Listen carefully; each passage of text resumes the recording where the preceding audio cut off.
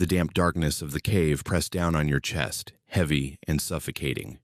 You're kneeling on the wet mud, a tiny flickering stone lamp, fueled by animal fat, sitting by your knees.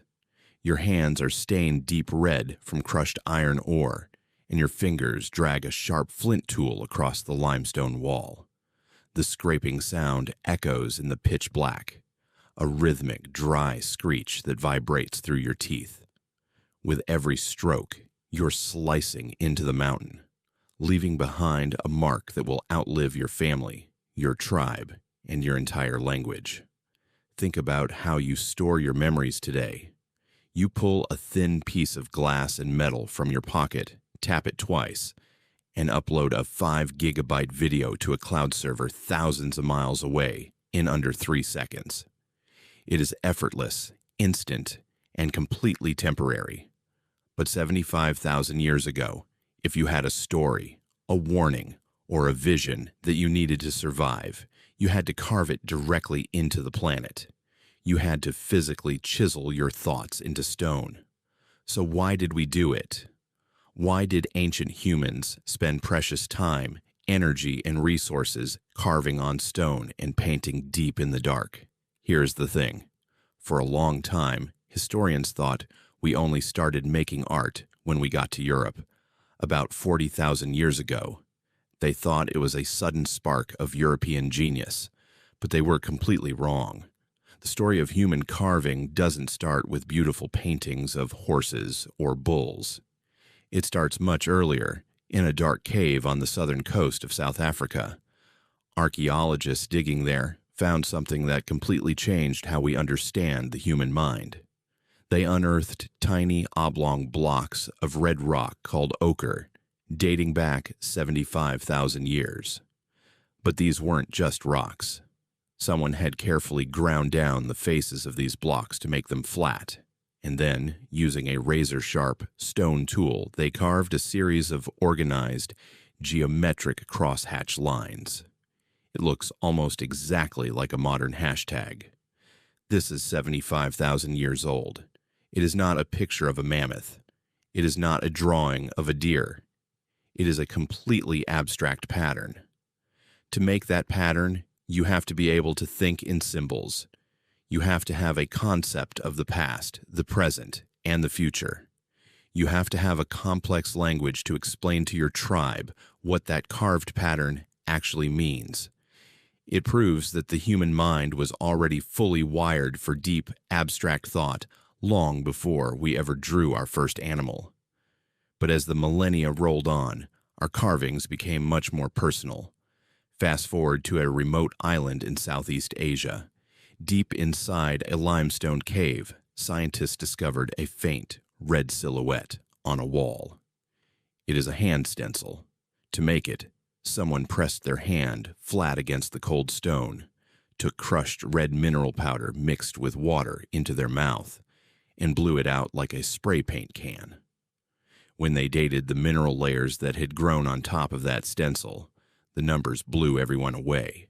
That handprint is at least 67,800 years old. Think about that number, 67,800 years. That makes it the oldest securely dated piece of cave art found anywhere on the planet. It was created thousands of years before humans ever stepped foot in Europe. And what is the image? It is a hand. It is the universal sign of human presence. It is a voice calling out from deep time, saying a single, simple thing, I was here. And they didn't stop at handprints. In that exact same region, in another hidden limestone chamber, archaeologists found a massive painting on a wall. It shows 3 human-like figures standing around a giant wild pig. The date?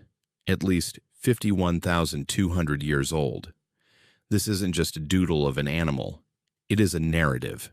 The figures are interacting with the pig. It is a story. It is the world's oldest known picture story, proving that storytelling is not some modern invention we came up with to pass the time. It is a fundamental part of our survival strategy, carved into stone over 50,000 years ago. But by every logical measure, this behavior makes absolutely no sense.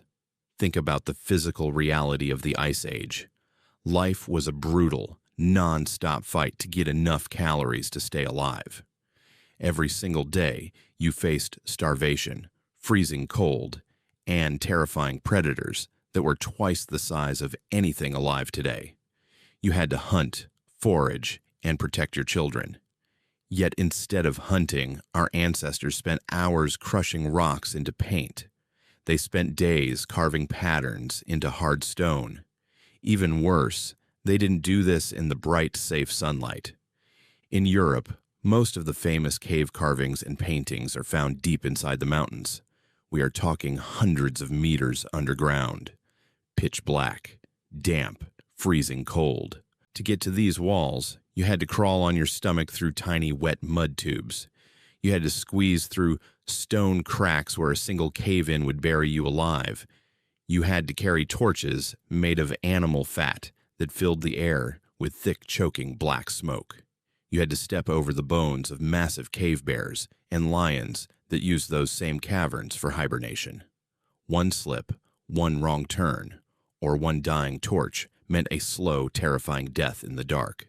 By every law of evolutionary biology, this was a massive, dangerous waste of energy. It should have been an evolutionary dead end, but they did it anyway. Why? Because the cave wall wasn't just a wall. To our ancestors, the stone was a portal. Many experts now believe that early carvers and painters were shamans. They went deep into the dark of the earth, where the oxygen was low and the silence was deafening, to enter trance states. Under sensory deprivation, their minds hallucinated. In the flickering light of their oil lamps, the natural curves, bumps, and cracks in the cave walls started to look like animals moving in the dark. A natural curve in the rock became the hump of a bison's shoulder. A crack became the spine of a running horse. The stone wall was a thin membrane separating our physical world from the spirit world. When they carved and painted on that rock, they weren't just decorating. They were pulling the spirits out of the stone. They were reaching through the portal to touch the divine. It was a holy sanctuary. But there is another, highly practical reason we carved on stone. It was our first external hard drive. Before we carved on stone, every single piece of knowledge we possessed lived inside our heads. If you died, your knowledge died with you. If a generation forgot a story, it was lost forever. Stone changed everything. Stone is permanent.